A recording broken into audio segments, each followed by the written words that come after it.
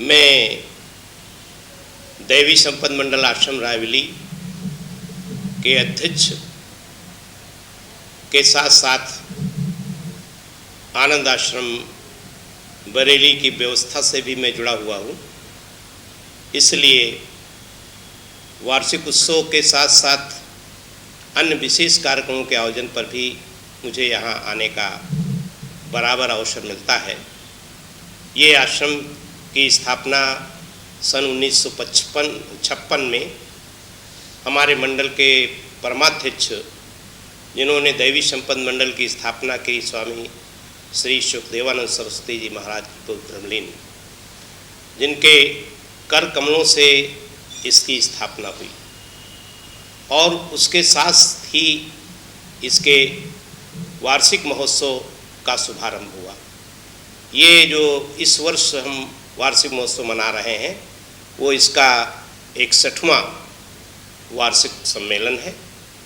हमेशा की भांति हमारे वार्षिक सम्मेलन में देश के अनेक मूर्धन विद्वान और संत पधारते हैं और उनके प्रवचन, उनके उद्बोधन से, उनके कथाओं के माध्यम से समाज को आपस में रागद्वेष की वातावरण से ऊपर उठने का, समरसता का वातावरण निर्मित करने का, पारिवारिक असंतुलन और समाज में जो विद्वेष की भावनाएं, जहां आपस में जातीयता, धार्मिकता अथवा सामाजिक आपस में जो विद्वेष है, उन भावनाओं से ऊपर उठने के यहाँ पर विचार और ऐसा चिंतन महापुरुषों के द्वारा दिया जाता है, जिससे समाज में समरसता आए, आपस में प्रेम बढ़े और पारिवारिक वातावरण सुंदर बने।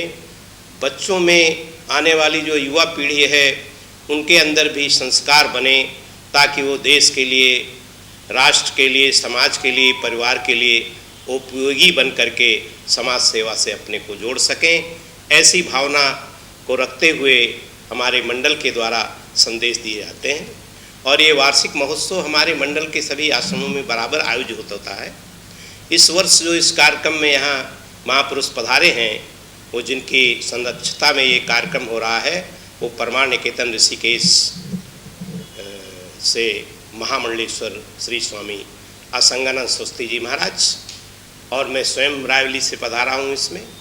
इसके साथ ही हरिद्वार से गोपाल आश्रम के संस्थापक श्री स्वामी गोपालानंद जी महाराज, दिव्यधाम आश्रम पानीपत से स्वामी दिव्यानंद जी महाराज और कथा व्यास पीलीभीत से श्री आचार्य सुमन जी हमारे बीच में पधारे हुए हैं, जो मंच से सभी श्रोताओं को प्रातःकाल ठीक 8:30 से 10:30 तक और सायंकाल ठीक 6:30 से 9 बजे तक उनके उद्बोधन होंगे।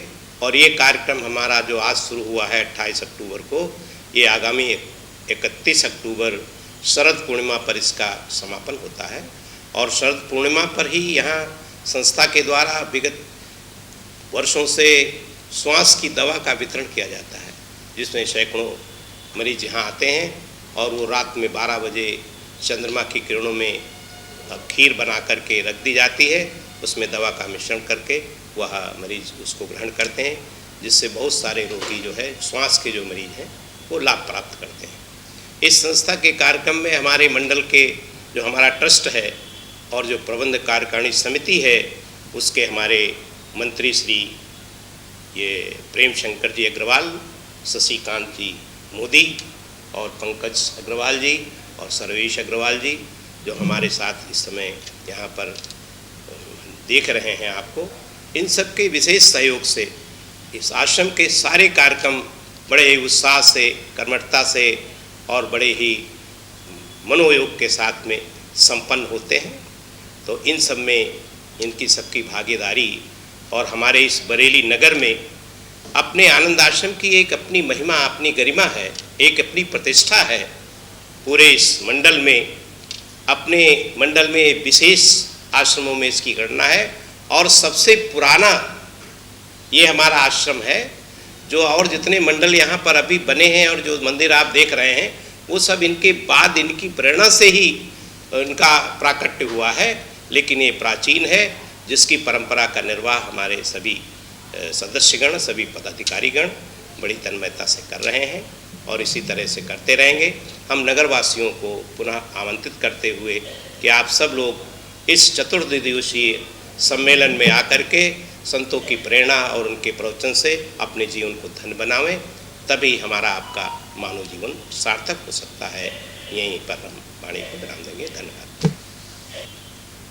इस आनंद आश्रम के नामकरण के संदर्भ में जैसा कि आपका प्रश्न हुआ है, उसमें हमारे महापुरुषों के चिंतन की दिशा, मंडल का जो मुख्य उद्देश्य, जहाँ सर्वभूत हितरता की भावना और उस भावना के अंतर्गत सभी सारा विश्व प्राणी मात्र जिसमें समाहित हो जाता है, इस भावना को लेकर के इसका नामकरण किया गया है कि संसार का हर व्यक्ति, हर जीव आनंद की खोज कर रहा है। यहाँ तक कि अगर हम किसी को गाली भी देते हैं तो हम कहते हैं साहब बड़ा आनंद आया, माने दे तो रहे हैं गाली, लेकिन मूल में आनंद की खोज है। किसी के साथ द्वेष करते तब भी हम आनंद ही खोज रहे हैं। तो हमारे महापुरुषों ने कहा जिस आनंद की तुम खोज कर रहे हो, उसके लिए तुम्हें उस अध्यात्म के मार्ग में आगे बढ़ना पड़ेगा। और जब तुम अध्यात्म की उन चिंतन को, विचारों को अपने में आत्मसात करोगे, तभी उस वास्तविक आनंद की प्राप्ति कर सकोगे, जिसका कोई विरोधी नहीं है, जिसका कोई विलोम नहीं है, जिससे कभी दुख जिसको कोई छू नहीं सकता है। इस भावना को आत्मसात करते हुए उन महापुरुषों ने इसी प्रेरणा को लेकर के इस आश्रम का नाम आनंद आश्रम रखा है। ऐसा हम सबकी मान्यता है। कोविड-19 के संदर्भ में जैसा कि शासन के द्वारा बराबर समय समय पर निर्देश, गाइडेंस हमारे यहाँ दी जाती, वैसे हमारे मंत्री जी बराबर उसके आदेशों को यहाँ पर बोर्ड लगा देते हैं, लोगों को गाइड करते हैं कैसे लोग आएँ, कैसे सोशल डिस्टेंसिंग बना करके आश्रम में, मंदिर में, आरती में, भगवान की पूजा में घंटे उतरवा दिए गए हैं ताकि उसको छू करके कोई उससे वातावरण प्रदूषित न हो। इसका विशेष ध्यान रखा। जो भी हमारा स्टाफ है यहाँ, जो सेवक गण हैं, उन सबको भी इसमें बहुत ही दक्षता के साथ में प्रशिक्षण एक तरह से दिया गया है कि वो इसके पालन में सतर्कता और सावधानी रखें। इसी तरह से ताकि समाज को भी प्रेरणा मिले और हम लोग भी अपने को सुरक्षित रख सकें। स्वयं की सुरक्षा ही इसका सबसे बड़ा सूत्र है। इन्हीं विचारों के साथ में ये हम लोग पालन कर रहे हैं और हमारा विश्वास है कि हम लोगों का जो कार्यक्रम है ईश्वर कृपा से निरंतर पूर्णता को प्राप्त करेगा। धन्यवाद। कुछ ले जाएंगे, अपना वो होता है जो हर समय आपके साथ रहे।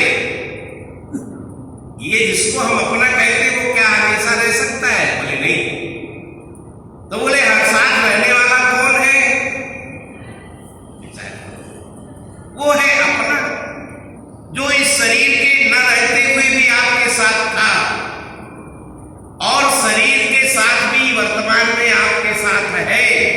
और ये शरीर जब छूट भी जाएगा, आप यहां से चलेंगे, तब भी वो आपके साथ रहेगा। जो कभी आपका साथ न छोड़े वो है आपका अपना और बाकी सब है सपना। ये जान लेने से समाधान होता है। और ये हम जानेंगे कैसे? बोले हम जब सत्संग में बैठेंगे। सत्संग में बैठते ही आपके अंदर निश्चय हो जाएगा ये संसार सपना है और प्रभु भी हमारा अपना। तो अपने को अपना